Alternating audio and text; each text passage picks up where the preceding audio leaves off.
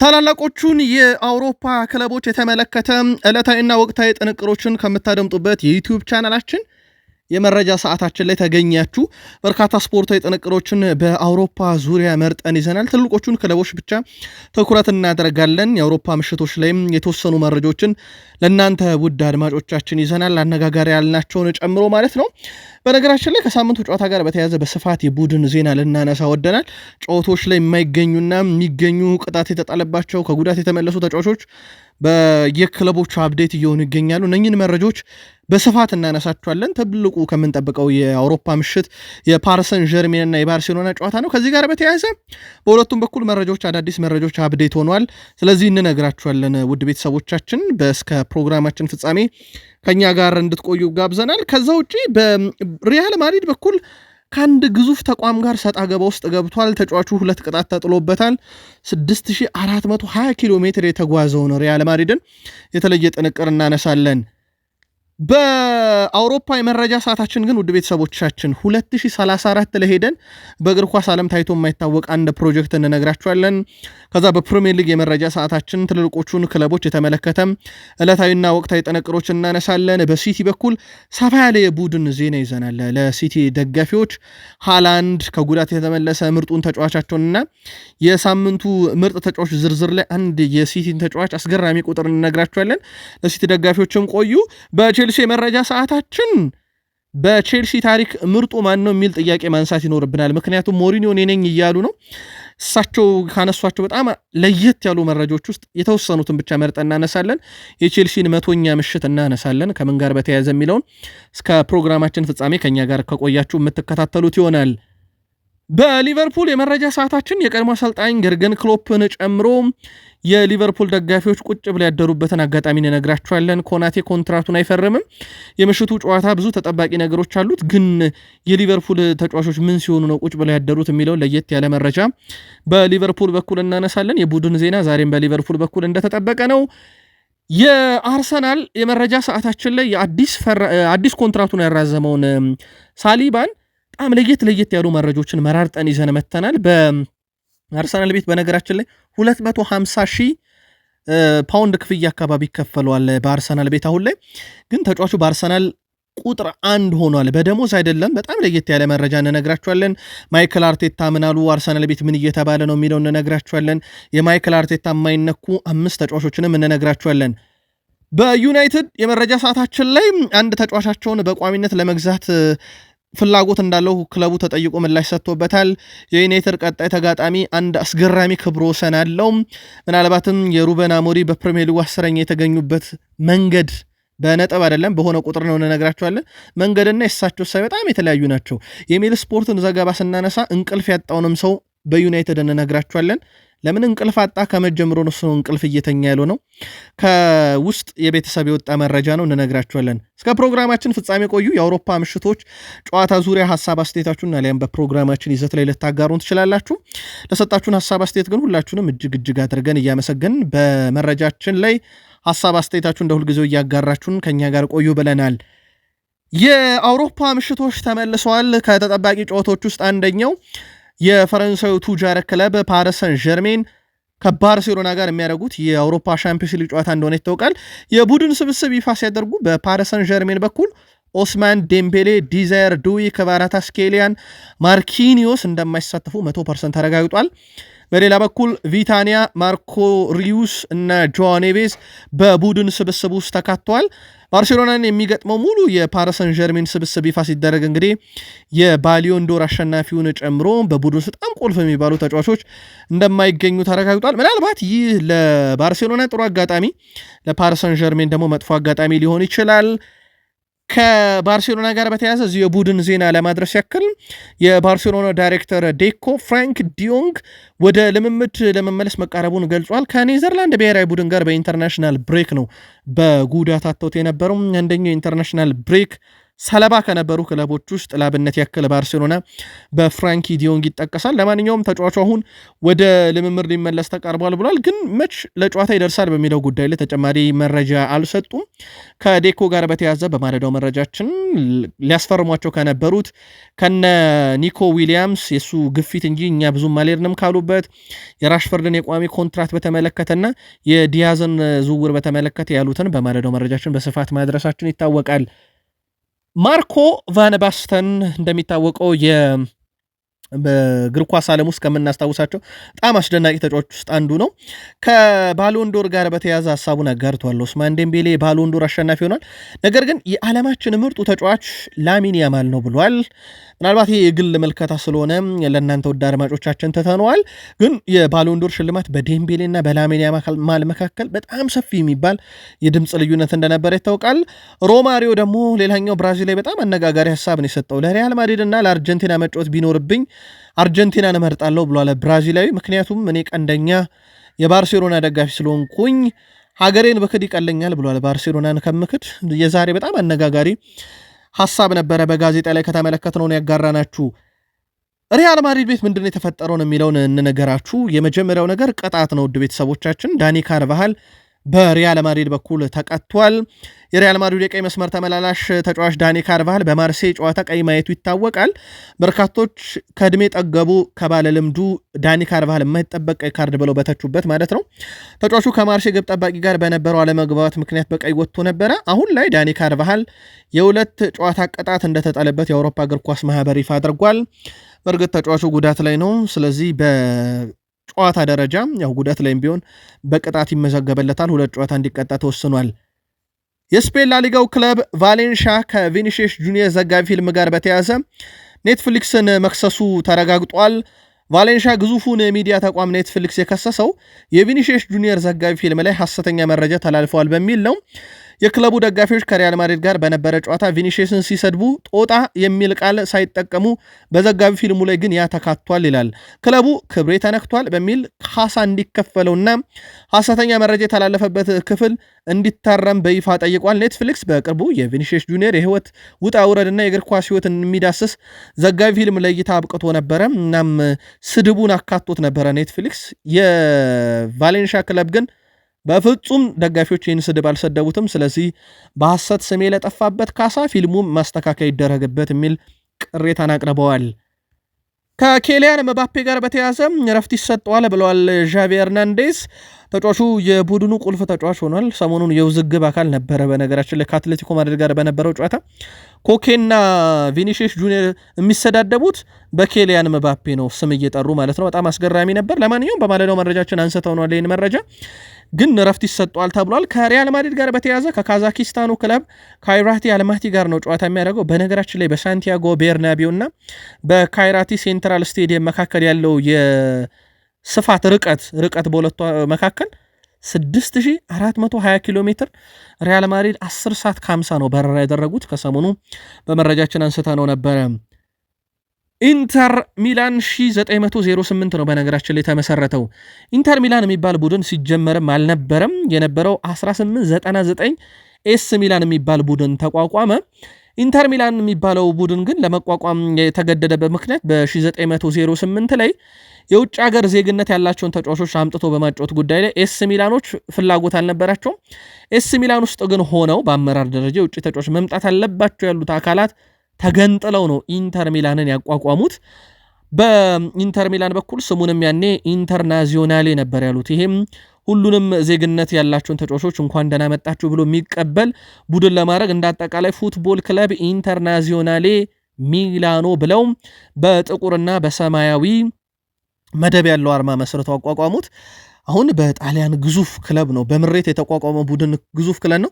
በጣሊያን ሴሪ ወርዶ ያቅም። አሁን ደግሞ ከኤስ ሚላን ጋር በጋራ የሚታደሙበት ስቴዲየም እንግዲህ ለሽያጭ ቀርቦላቸዋል፣ ሳንሴሮ። ስለዚህ ሁለቱም ይገዙታል ማለት ነው። በቀጣይ ስቴዲየሙን አድሰውም በግዙፍ መልኩ የአውሮፓ ምሽቶችን ለማሳለፍ እቅድ መያዛቸው ነው ይፋ የተደረገው። ስቴዲየም ላይ እንቆይ። 2034 የዓለም ዋንጫ ለማሰናዳት ከወዲሁ ዝግጅት ጀምሬያለሁ ብላለች ሳውዲ አረቢያ። ከመሬት 374 ሜትር ከፍታ ይኖረዋል። እንዲሁም ከ50 ሺህ በላይ ደጋፊዎችን ዘና አድርጎ የመያዝ አቅም አለው ያለችውን ስቴዲየም የምትገነባው እንዳልኳችሁ ከመሬት 374 ሜትር ከፍታ ህንፃ ላይ ነው፣ የህንፃ አናት ላይ ነው። ፊፋ ሂደቱን እንዲመረምርና ፍቃድ እንዲሰጥ ጥያቄ ከሀገሪቱ ፌዴሬሽን ተልኮለታል። በርከት ያሉ የሳውዲ መገናኛ ብዙሃን ዛሬ ትልቁ አጀንዳቸው ነበር። ያው የተሰራውን አኒሜሽንም ይፋ አድርገውታል። ስቴዲየሙ ያው በትክክል የእግር ኳስ መጫወቻ ስቴዲየም ነው፣ ግን ለየት የሚያደርገው ከመሬት 374 ሜትር ከፍታ ግዙፍ ህንፃ ላይ ነው የሚገነባው። ይሄም እጅግ በጣም የሙቀት ነገር በሚነሳበት መካከለኛው ምስራቅ ላይ ነፋሻማ አየር ለማግኘት ሲባል የሚደረግ ጥረት ነው። ጉዳዩስ እንዴት አገኛችሁት? የፊፋስ ውሳኔ እንዴት ያለ ይሆናል የሚለውን እኛ ተከታትለን እናመጣዋለን። ፕሪሚየር ሊጉ ላይ ደርሰናል። ኒካስል ዩናይትድ የወሩን ምርጣቸውን ይፋ አድርገዋል። ኒክ ቮልትሜድ የኒካስል ዩናይትድ የወሩ ምርጥ ተጫዋች ተብሎ ተመርጧል። በተጫዋችነት ደረጃ እዚህ ቡድን ውስጥ ከመጣ በኋላ ጅማሮ ጥሩ የሚባል ነው። በሴንት ጄምስ ፓርክ ስቴዲየም በሁለት ጨዋታም 2 የሜዳ ግቦች አሉት። ከሰሞኑ አርሰናል ላይ ቀዳሚ ያደረገችውን ግብ ያስቆጠረ እሱ ነበረ። ገና ወጣትና ታዳጊ ተጫዋች ነው። የኢሳክን ቦታ ተክቶ እየተጫወተ ይገኛል። ተጫዋቹ የወሩ ምርጥ ተብሎ ተመርጧል። በኒካስል ዩናይትድን ቤት ጅማሮ ከሞላ ጎደል ጥሩ የሚባል ነው። አዲስ ተጫዋቾች በቶሎ ፕሪሚየር ሊግ ለመላመድ ይቸገራሉ፣ ግን 2 ግብ አስቆጥሯል። የወሩ ምርጥ ተብሎ ተመርጧል። በብሬንትፎርድ በኩል በዌስትሃም ዩናይትድ በኩል ኑኖ ስፕሪንቶ ሳንቶስ እንግዲህ የመጀመሪያ ጨዋታቸውን ዌስትሃምን ገጥመው 1-0 እንዳሸነፉ ነግረናችሁ ነበረ። ግን በጣም አስገራሚ ነገር እንንገራችሁ። ኖቲንግሃም ፎረስትን ይዘው እሳቸው የመጨረሻ ጨዋታቸውን ሲመሩ ዌስትሃምን ነበር የገጠሙትና የመጨረሻ ጨዋታቸው የመጨረሻ ግብ የተቆጠረባቸው በዌስትሃም ዩናይትዱ ተጫዋች ጀረድ ቦውን ነበረ። በወቅቱ እንግዲህ እሳቸው የመጨረሻ ጨዋታ ሆኖ ተሰናበቱ። ከዛ በኋላ በጣም አስገራሚ ነገር እሳቸው አሁን ዌስትሃም ዩናይትድን ራሱን ይዘውት የመጀመሪያ ግብ ያስቆጠረላቸው ያኔ ኖቲንግሃም ፎረስት እያሉ የመጨረሻውን ግብ ያስቆጠረባቸው ጀረድ ቦውን ሆኗል። በጣም አስገራሚ ግጥምጥሞች ብሎታል። ራሱ ፕሪሚየር ሊጉ ነው ኦፊሻሊ ዛሬ በማህበራዊ ትስስር ገጹ ላይ ይህንን ግጥምጥም ለተመልካቾች ይፋ ያደረገው። ሲቲ ቤት ደርሰናል።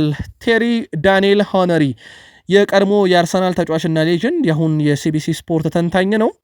ሃላንድን በተመለከተም ቀን በቀን በጣም የሚያስገርመኝ ተጫዋች ነው ብሏል። ጨዋታ ባለበት በእርግጠኝነት አንድ ነገር ጠብቆ ብሏል። በአንድ ጨዋታ ከ5 በላይ ግቦችን ያስቆጥራል። 6-7 እንጠብቃለን። ምናልባትም ይህ ሰው በእግር ኳስ ዓለም ውስጥ ከግብ ጋር ያለው ቁርኝት ለእኔ ለየት ብሎ ነው የሚታየኝ ብሏል። ሃላንድን የፕሪሚየር ሊጉ ከፍተኛ ግብ አስቆጣሪ ነው። ጅማሮ በጣም ጥሩ የሚባል ነው። በእርግጥ ለሃላንድ ግብ ማስቆጠር በፕሪሚየር ሊጉ እንዲህ ነው ተብሎ ግዙፍ ተደርጎ ሊወራለት የሚችል አይነት ተጫዋች አለ። ምክንያቱም በየዓመቱ ያደርገዋል። በፕሪሚየር ሊጉ ክብረ ወሰኑ በእጁ ነው ያለው። በርካታ ግብ በአንድ ዓመት በማስቆጠር ግብ የማስቆጠር ችግር ሃላንድ ላይ አይነሳም። ግን ቴሪ ዳንኤል ሆነሪ እሱን ሳይሆን እያለ ያለው በአንድ ጨዋታ ከ5 በላይ ግቦችን ያስቆጥራል። አንድ ቀን 6-7 ጎሎችን በአንድ ጨዋታ ሲያስቆጥር እንመለከተዋለን ብለዋል።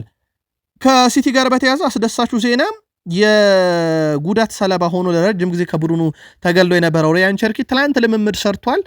በማንቸስተር ሲቲ በኩል በጣም አስደሳች የሚባለው ዜና ነው። መች ለጨዋታ ዝግጁ ይሆናል የሚለውን ደግሞ የአሰልጣኝ ፔፕ ጋርዲዮላን ጋዜጣዊ መግለጫ ላይ ተከታትለን ለእናንተ ውድ አድማጮቻችን የምናመጣው ይሆናል።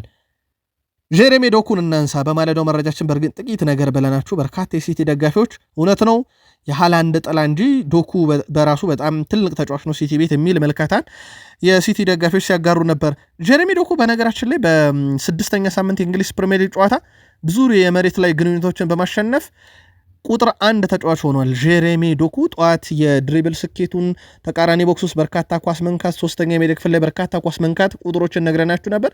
አሁን ደግሞ በእንግሊዝ ፕሪሚየር ሊግ የመሬት ላይ አንድ ለአንድ ግንኙነቶችን በማሸነፍ በ6ኛ ሳምንት 10 በማሸነፍ አንደኛ ነው። የዩናይትዱ ፓትሪክ ዶርጉም፣ የሊድስ ዩናይትዱ ሳን ሎንግስታፍ፣ የወልቨርሃምፕተኑ ሳንቲያጎ ቦኖ፣ የቶትናም ሆትስፐርሱ መሐመድ ኩዱስ፣ የቼልሲው ሞይሰስ ካይሴዶ 8 የአንድ ለአንድ ግንኙነቶችን አሸንፈዋል። 7 ያሸነፉት የአስቶን ቪላውም ኢቫን ጉሳንድ፣ የኤቨርተኑ ጃክ ግሪሊሽ፣ የሊድስ ዩናይትዱ ዣይንድ ቦገል፣ የሊድስ ዩናይትዱ ጋብርኤል ጉድመንድሰንን ማንሳት እንችላለን። ግን አንዳቸውም የጀሬሚ ዶኩ ቁጥር ላይ ደረሰ የለም። የድሪቤል ስኬቱ ተጫዋቾችን የሚቀንስበት ሳጥን ውስጥ የሚጥላቸው በጣም አደገኛ ኳሶች ምናልባትም እንደ አድማጫችን መልከታ ከሆነ ከኬቨን ደብሮይና በኋላ ለሃላንድ በቂ ኳሶችን በማቅረብ በትልቁ ሊጠቀስ የሚችል ተጫዋች ነው። ቼልሲ ደርሰናል። በነገራችን ላይ በእግር ኳስ ዓለም ውስጥ ያው የትላንትና ብቃት ለዛሬ ዋስትና አይሰጥም። ሁልጊዜም በእግር ኳስ በየዕለቱ ምርጥ መሆን ያስፈልጋል እንጂ ትላንትና ምርጥነት ዛሬ ምርጥ ላልሆነ ተጫዋች ላያዘምር ይችላል። እግር ኳስ ለዛ ነው ውለታ አታውቅም የሚባለው። ፖል ሜርሰን የጃክሰን ሽያጭ መጥፎ ሽያጭ ብሎታል። በፍጹም ጃክሰን መልቀቅ አልነበረበትም። ከፓልመር ጋር የነበራቸው ጥምረት በጣም አስደናቂ ነበረ። የመሃል አጥቂ ነው፣ ግን ደግሞ የመሃል ተጫዋች ሚድፊልድ ቦታ ላይ ልታዩ ትችላለ። ኳሶችን አንድ ሁለት ተጫውቶ ይገባል፣ ስፔሶችን ይፈጥራል። ክፍት ቦታ የ9 ቁጥር ላይ ይገኛል። ያንን ክፍት ቦታ ፓልመር በትክክል ይጠቀመው ነበር። እኔ ለቼልሲ የአጭር ጊዜ ሳይሆን የረጅም ጊዜ እቅድ አድርጌ ነበረ የምወስደው፣ ግን በፍጥነት ነገሮች ተቀያየሩ። ፓልመር በቼልሲ ቤት የሚደምቀው ጃክሰን ሲኖር ነበረ። የጃክሰን ሽያጭ መጥፎ ብሎታል። ግን ካስታወሳችሁ በቼልሲ ቤት ውስጥ በነበረ ሰዓት ደግሞ ከፍተኛ ርብርብ ነበር። ጃክሰንን ይዞ ዋንጫ ማሰብ አይቻልም፣ ጃክሰን በጣም የቼልሲ መጥፎ ተጫዋች ነው ያልተባለ ነገር የለም። አሁን ግን ፖል ሜርሰን ሽያጩ ስህተት ነው መመለስ አለበት እያለ ይገኛል። ቼልሲ ላይ እንቆይና የቼልሲ ምርጥ አሰልጣኝ ማን ነው የሚለውን ለቼልሲ ደጋፊዎች እንቶ ሞሪኒዮ እኔ ነኝ ብለዋል። በቼልሲ ታሪክ ከኔ የሚበልጥ አሰልጣኝም በፍጹም የለም ነው ያሉት እሳቸው። ፖርቱጋል አሰልጣኝ ጆዜ ሞሪኒዮ ከዓመታት በኋላ ስታንፎርድ ብሪጅ ሲደርሱ ከጨዋታ ፊት ቃላቸውን በሰጡበት ሰዓት ላይ ቼልሲ የታሪክ አንድ አካል ነው፣ እኔም የቼልሲ ታሪክ አንዱ አካል ነኝ ብለዋል። ሁልጊዜም ሰማያዊ ሆናለሁ ያሉት ሞሪኒዮ ግን ለዛሬ ሰማያዊ አይደለም ቀይ ነኝ ብለዋል። ቼልሲ ታላቅ አሰልጣኝ እንደሆነ አድርጎኛል፣ እኔም ክለቡ ትልቅ እንዲሆን ረድቻለሁ ብለዋል። አንድ አሰልጣኝ መጥቶ ለቼልሲ 4 የፕሪሚየር ሊግ ዋንጫ እስከሚያነሳ ድረስ በቼልሲ ታሪክ ከኔ የሚበልጥ ምርጥ አሰልጣኝ የለም ብለዋል። ዘ ስፔሻል ዋን እያሉ የሚጠሩት ራሳቸውን ጆዜ ሞሪኖ ለቼልሲም ስፔሻል ዋን ነኝ ብለዋል። ምናልባት የቼልሲ ደጋፊዎች በዚህ ዙሪያ እናንተን ሀሳብ አስተያየት ማድረስ ትችላላችሁ። በቼልሲና በቤኔፊካ መካከል በጣም የተለያየ ዓለም ውስጥ ያሉ ክለቦች ናቸው። ቼልሲ በጥራት ደረጃ በጣም ከፍተኛ ጥራት ባለው በእንግሊዝ ፕሪሚየር ሊግ ውስጥ ነው የሚጫወተው። ቤኔፊካ በነገራችን ላይ በእግር ኳስ ዓለም ውስጥ አጠቃላይ ያለው የዋንጫ ድምር ብዛት 84 ነው። የቼልሲ 34 ነው። በ50 ዋንጫ ይልቀዋል ቼልሲን። ግን ያሉበት ሊግ ፍጹም የተለያየ የሚባል እንደሆነ ይታወቃል። በአውሮፓ መድረክ ግን ሁለቱም ሁለት የአውሮፓ ሻምፒዮንስ ሊግ ድሎች አሏቸው በስኬት ደረጃ። ቼልሲ 100ኛውን የአውሮፓ ሻምፒዮንስ ሊግ ጨዋታ ነው ምሽት ላይ የሚያደርገው። ከዛ በተረፈ ግን የዛሬ ምሽቱ 4 ሰዓት ጨዋታ በስታንፎርድ ብሪጅ ይካሄዳል። ምልከታችሁን በሐሳብ መስጫ ሳጥናችን ላይ ማጋራት ትችላላችሁ። ጀርመናዊው የቀድሞ የሊቨርፑል ታሪካዊ አሰልጣኝ ክሎፕ በቀጣይ ወደ አሰልጣኝነት ላይመለሱ ይችላሉ። እሳቸው ምን አረጋግጠዋል። ማለት አልመለስም ሳይሆን ላልመለስ ይችላሉ ብለዋል። ከዛ አትሌቲክ ጋር ቆይታ ነበራቸው። አሁን ከጥቂት ደቂቃዎች በፊት የክለቦች ዓለም ዋንጫን አልተመለከትኩም፣ ቼልሲ በማሸነፉ ተደስቷል፣ ብዙ ገንዘብ አግኝቷል፣ ነገር ግን ስለ ተጫዋቾቹ የበለጠ መጨነቅ አለብን ብለዋል። ገንዘቡ ለቼልሲ ሊጠቅም ይችላል ለአሸናፊ ቡድን፣ ግን ደግሞ እዛ ድረስ ሄደው ያ ሁሉ ጨዋታ በአመት ውስጥ ያደረጉ ተጫዋቾችን መታሰብ አለበት እያሉ ነው። በድጋሚ ወደ አሰልጣኝነት መመለስ አልፈልግም፣ አሁን ላይ የማስበው እንደዚህ ነው፣ ግን ምን እንደሚፈጠር አላውቅም ብለዋል። ነገር ግን ወደፊት ለማሰልጣን ብመለስ አልመለስም በማለቴም እርግጠኛ እንደነበርኩ እና አሁን ደግሞ የማስበው ይሄንን ነው እላለሁኝ። ስለዚህ ምን እንደሚፈጠር ባላውቅም ብቻ እንደሳቸው አጠቃላይ ሳቢያቸው ማለት ነው ወደፊት እናየዋለን ብለዋል። ከኔ በላይ ስኬታማ የአሰልጣኝ ህይወት ያላቸው አሰልጣኞች አሉ፣ ነገር ግን እኔም በግሌ ጥሩ ነበርኩኝ ብለዋል። ከሊቨርፑል ጋር ትልቅ የሚባሉ ስኬቶችን አምጥቷል። ምናልባትም ከረጅም ዓመት በኋላ የሊቨርፑልን ታሪክ የቀየሩ አሰልጣኝ ተደርገው ሊወሰዱ ይችላሉ። ከኮንትራት ማራዘም ጋር በተያያዘ የአርኖልድን መንገድ እየተከተለ ነው። በነገራችን ላይ ኮናቴና ሳሊባ ከሰሞኑ ኮንትራቱን አራዝሟል። ስለዚህ የሪያል ማድሪድ ነገር አብቅቷል። አሁን ሪያል ማድሪድ ትኩረት የሚያደርጉት እንደ ዲዮቴፔ ሜካኖ በባየር ሙኒክ ያለውን ኢብራሂማ ኮናቴ በሊቨርፑል ያለው ላይ ነው ትኩረት የሚያደርጉት። በነገራችን ላይ ቀጣይም ክረምት ላይ የቡድኑ ተከላካዮች አንደኛ የሆነ ቶኒ ሩዲገር እንደሚለቅ ታውቋልና በዚህ ምክንያት ያው አንድ ተከላካይ መምጣታቸው ቢያንስ አይቀርም። ይህም ተጫዋች ኮንትራቱን ከማራዘም ይልቅ አሁንም በሪያል ማድሪድ ራዳር ውስጥ መቆየትን መርጧል። በነገራችን ላይ ከፓሪስ ሰን ዠርሜንም ጋር ስሙ እየተያዘ ነው። ማርካ ይህ ተጫዋች የሪያል ማድሪድ ከሆነ ያለምን ጥርጥር ቀጣይ ክረምት ላይ በነፃ ልክ እንደ አርኖልድ ነው የሚሆነው እያሉ ይገኛሉ። ሊቨርፑል ከጋላታ ሰራይ የአውሮፓ ምሽት ነው። በነገራችን ላይ የጋላታ ሰራይ ደጋፊዎች ሊቨርፑሎችን እንኳን ደህና መጣችሁ ሊሉ አይደለም ሌሊቱን ሙሉ ርችት ሲተኩሱ የነበረው የሊቨርፑል ተጫዋቾች ተረጋግተው እንዳይተኙ ነው። የጋላታ ሰራይ ደጋፊዎች ሌሊቱን ተጫዋቾቹ ያረፉበት ሆቴል በማምራት ከፍተኛ የሚባል የተኩስ ድምፅ ያላቸው ርችቶችን ሲተኩሱ ነበር። ተቀጣጣይ ነገሮችና ርችቶችን በማስጮህ የሊቨርፑል ተጫዋቾች እንቅልፍ ነስተው የሊቨርፑል ተጫዋቾች አብዛኞቹም በዚህ ደስተኛ አልነበሩም ተብሏል። በእርግጥ የአውሮፓ ምሽቶች ላይ እንደዚህ አይነት ነገር የተለመዱ ናቸው። እንግዳ ሆኖ የሚመጣው ቡድን ያረፈበት ሆቴል ተጠንቶ አዳሩን ሙሉ ርችት ይተኮሳልና የምሽቱ ርችት ጋላታሳራዮች ሲተኩሱት ያነጉት እንኳን ደህና መጣችሁ ሊሉ ሳይሆን የሊቨርፑል ተጫዋቾች እንቅልፍ ነስተው ለጨዋታ በቂ ዝግጅት እንዳያደርጉ ነበረ። ከዚህ ጋር በተያያዘ የቱርኩ ክለብ ጋላታሳራይ ፕሬዚዳንት የሆኑት ዱርሳን አይዲን ክለባቸው ጋላታሳራይ ሊቨርፑልን ለማሸነፍ ሁሉንም ነገር አጠናቋል ብለዋል። ሊቨርፑል እናሸንፈዋለን ያሉት ፕሬዚዳንቱ ሊቨርፑል ላይ አስደሳች ድል ተቀናይተን ለክለባችን ጋላታሳራይና ለቱርክ ምድር ድል እናመጣለን ብለዋል። በሌላ በኩል የጋላታሳራይ ደጋፊዎች የሊቨርፑል ጨዋታ የተለየ ነገር ለማድረግ ማቀዳቸውን የክለቡ ቦርድ አሳውቋል። ምን ከርችቱ በተጨማሪ በስቴዲየም ደግሞ ሌላ የምንጠብቀው ሁነት ሊኖር ይችላል። ምሽት 4 ሰዓቱን ጨዋታ በጥቂት መልኩ እንመልከተው። ራምስ ፓርክ ስቴዲየም ላይ ነው የሚደረገው ጨዋታው። በጨዋታው ላይ በዛሬው በኩል እንግዲህ ሊቨርፑል ሁለተኛ አውሮፓ ምሽቱን ነው የሚያደርገው። ለሊቨርፑል በአውሮፓ ምሽት አንደኛ ሆኖ ማጠናቀቅ በአዲሱ ፎርማት ላይ አምን አሳይቶናል። ግን በስተመጨረሻ በአሸናፊው ፓሪስ ሰን ዠርሜን ነበር ከውድድሩ ውጭ ሆነው። ሊቨርፑል የመጀመሪያ ዙር ጨዋታውን በሜዳው አንፊልድ አትሌቲኮ ማድሪድን ገጥሞ በአንዲ ሮበርትሰን፣ ሳላህና ቨርጅል ቫን ዳይክ ግብ ታግዞ 3-2 አሸንፎ ውጤት ይዞ መውጣቱ አይዘነጋም። ተጋጣሚ ጋላታሳራይ በበኩላቸው የመጀመሪያ ጨዋታቸውን ወደ ጀርመን ተጉዞ ከፍራንክፈርት ጨዋታ አድርገው 5-1 በሆነ ውጤት ተሸንፈዋል። ግን አሁን ቢያንስ ሜዳቸው ላይ ነው ጋላታሳራይ ጨዋታ የሚያደርጉት። ጋላታሳራይ ካለፉት 5 ጨዋታ ውስጥ አንድ ሽንፈት ብቻ ነው የገጠማቸው። ቀሪዎቹን 4 ጨዋታዎች በድል ተወጥቷል። ሊቨርፑል በተመሳይ ካለፉት 5 ጨዋታ 4ቱን አሸንፎ በአንዱ ተሸንፎ በተመሳይ አይነት ቅርጽ ላይ ሆነው ነው የሚገናኙት። የጋላታሳራይ ብዙ ጊዜ የጨዋታ አቀራረባቸው የ4-2-3-1 ፎርሜሽን ይጠቀማሉ። ምናልባት ፈተና የሚሆኑ ተጫዋቾች ግን በጋላታሳራይ በኩል ለሊቨርፑል አሉ፣ ምንም ጥያቄ የለውም። አማካዩ በተለይ በጣም ጠንካራ ነው። ሌሚና፣ ቶሬራ፣ ጉንዶዋን ይሄ ልምድ ያላቸው በእድሜ ጠገብ ተጫዋቾች አሉ። ፊት መስመሩ ደግሞ ኦስሜን አለ። በተወሰነ መንገድ ለሊቨርፑል ፈታኝ የሆነ የ4-2-3-1 ፎርሜሽንን ልንመለከት እንችላለን ተብሎ ይጠበቃል።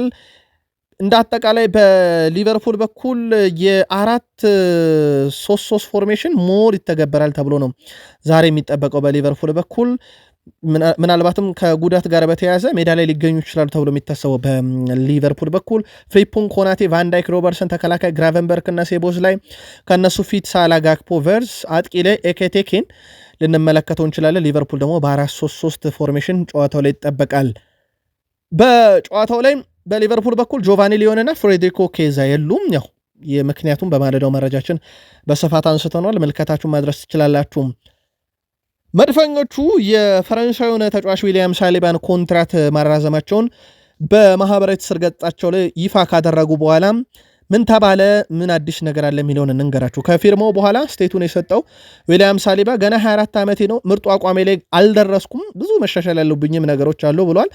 አሰልጣኙ የዓለም ምርጡ ተከላካይ ያደርገኛል ያለው ዊሊያም ሳሊባ እንዲሁም ዋንጫዎች እንዳሸንፍ ያደርገኛል ብሏል። አርቴታ ከዓለም ምርጥ አሰልጣኞች አንዱ ነው። እሱና አባላቱ ብዙ ረድተውኛል፣ አሰልጣኞቼ ስለሆኑ ደስተኛ ነኝ ብሏል ዊሊያም ሳሊባ። በሳምንት 250,000 ፓውንድ አካባቢ ደሞዝ ያገኛል ተብሏል። ሳሊባ በኮንትራቱ ምክንያት ምንም ጥያቄ የለውም። በአርሰናል ዊሊያም ሳሊባ ምርጡ ተጫዋች ነው። እሱን ደግሞ እንንገራችሁ በቁጥር አስደግፈን። በአርሰናል እግር ኳስ ታሪክ 100 የፕሪሚየር ሊግ ጨዋታዎችን አድርገው ሲኖሩ የማሸነፍ ንጻሬ ከፍ የሚለው የሳሊባ 67.6% ከሳሊባ ጋር ድል ያደርጋል። ይህ ሳሊባ በአርሰናል ውስጥ ሲኖር ያለ የመቶኛ ድል ከየትኛውም የአርሰናል ታሪካዊ ተጫዋቾች ቀዳሚ ያደርገዋል። ከዛ እነ ሎራን 66% የቀድሞ ተጫዋች፣ ኮልስ 64.1%፣ ኦቨርመንስ 64%፣ ጋብርኤል ማጋሌሽ 63.9%፣ ኦዴጋርድ 6ኛ፣ ዋይት 7ኛ፣ ካምቤል 8ኛ፣ አርቴታ 9ኛ፣ ሞንሪያል የቀድሞ ተጫዋቻቸው ስፔናዊ 10ኛ ደረጃ ላይ ተቀምጧል። ሳሊባ አለ ማለት አርሰናል ቤት ድል አለ እንደማለት ነው። በመቶኛ ንጻሬውን ይህን ተጫዋች ነው ተጨማሪ 5 ዓመታት ኮንትራት ያራዘሙት። ያው እንደ አዲስ ተጫዋች ነጠቁት ለማለት ቢከብድም ከሪያል ማድሪድ ግን ቢያንስ የሪያል ማድሪድን ጫና የቀነሱበት ነበረ። ማይክል አርቴታ ከፊርማው በኋላ ዊሊያም ሳሊባ በተጫዋቾችም ሆነ በክለቡ ሰራተኞች የተወደደ ያ ደግሞ ባህሪው ቁርጠኝነቱና አመለካከቱ ነው ብለዋል። ከተቀላቀለን ጀምሮም ሳሊባ ብዙ እድገት አሳይቷል፣ ኃላፊነቶችን ተሸክሟል። ከደጋፊና ከክለቡ ከሚገኙ ከሁሉም ሰዎች ጋርም ጠንካራ ህብረት ፈጥሯል። የቡድኑን አሸናፊነትም ለማስቀጠል እየሰራ ነው ብሏል። በቡድን ውስጥ እንግዲህ በነገራችን ላይ ምናልባት ካልተጎዳባቸው በስተቀር የቡድናቸው ቁልፍ ተጫዋች ሆኖ በበርካታ ጨዋታዎች ላይ ግልጋሎት የሚሰጠው እሱ እንደሆነ ይታወቃል እና ለአርሰናል በጣም ጥሩ የሚባለው ዜና ከሰሞኑ የሱ ኮንትራት ማራዘም ነበር። ያው በማለዳው መረጃችን እንደነገርናችሁ አርሰናል አሁን ድርድር እያደረገ የሚገኘው ከቡካዮ ሳካ ጋር ነው። ከዛ አርሰናል ማሰብ ያለበት ከዛ በኋላ ስለ ዋንጫ ብቻ ይሆናል ማለት ነው። በእርግጥ የአርሰናል የዘንድሮ የዋንጫ ጥያቄ ነገር በጣም ፈተና ሆኖባቸዋል። በተለይም ጫናው ከሚዲያ እየበረከተ መጥቷል። አርሰናል ቢያንስ የቁልፍ ተጫዋቾችን ኮንትራት አራዝሞ እያጠናቀቀ ይገኛል። ስለዚህ ወደ ዋንጫው ደግሞ በሙሉ ልባቸው ከሳካ በኋላ ያስቡበታል ተብሏል። አርሰናል እስካሁን በዚህ ሲዝን በፕሪሚየር ሊጉ 6 ጨዋታዎችን አድርጓል። 6ቱም ጨዋታ ላይ ዳቪድ ሪያ፣ ጋብርኤል ማጋሌሽ፣ ካላፊዮሪ፣ ዙቤሜንዲና ዮኬሬሽ ተሰልፈዋል። እነኚህ 5 ተጫዋቾች 6ቱንም ጨዋታ በቋሚነት ጀምረዋል። የቡድኑ ቁልፍ ተጫዋቾች እነማን እንደሆኑ ፍንጭ እየሰጠ ነው። በነገራችን ላይ ያው ሌሎቹ ተጫዋቾች ኦዴጋርድ እና ሳካ እዚህ ውስጥ ማስቀመጥ አንችልም፣ ምክንያቱም እነ ሳሊባንም ማለት ነው፣ ምክንያቱም በጉዳት ምክንያት ጨዋታ ስላመለጣቸው። ግን እንዳጠቃላይ ከጉዳት ነፃ ከሆኑ ተጫዋቾቻቸው እነኚህ ራያ፣ ጋብርኤል፣ ካላፊዮሪ፣ ዙቤሜንዲ እና ዮኬሬሽ የማይክል አርቴታም ቋሚ 11 ውስጥ ሆነው ሁሉንም ጨዋታ መጀመራቸውን ተመልክተናል። ማንቸስተር ዩናይትድ የወሩን ምርጥ ምረጡልኝ ብሏል ለደጋፊዎቹ።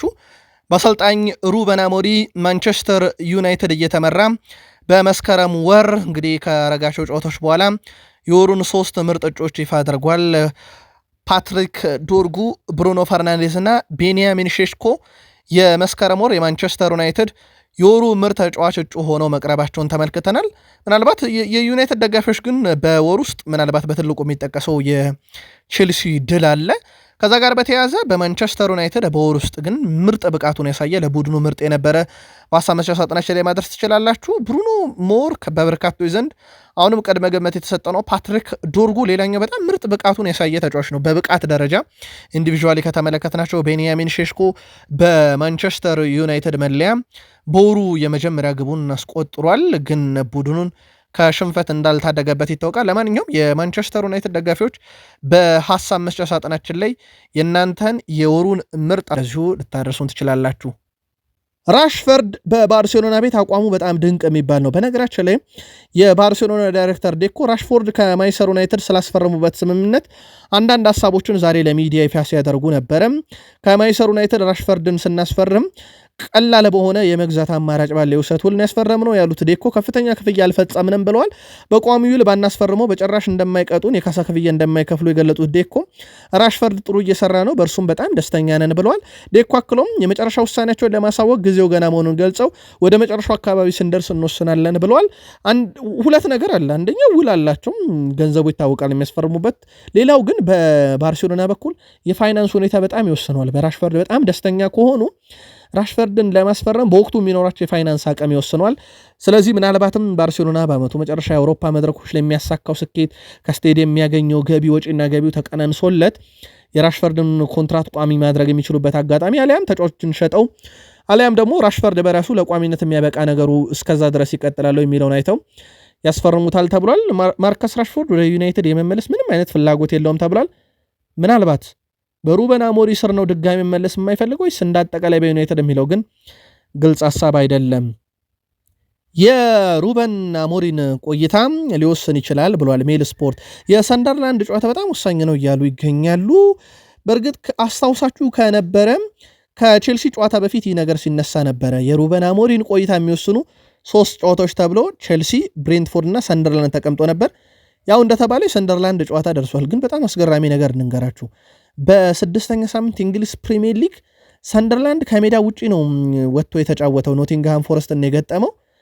በነገራችን ላይ ከሜዳ ውጪ ወጥቶ የተጫወተው ሰንደርላንድ በፕሪሚየር ሊጉ በ6ኛ ሳምንት ብቸኛው ቡድን ነው መረቡን ሳያስደፍር የወጣው።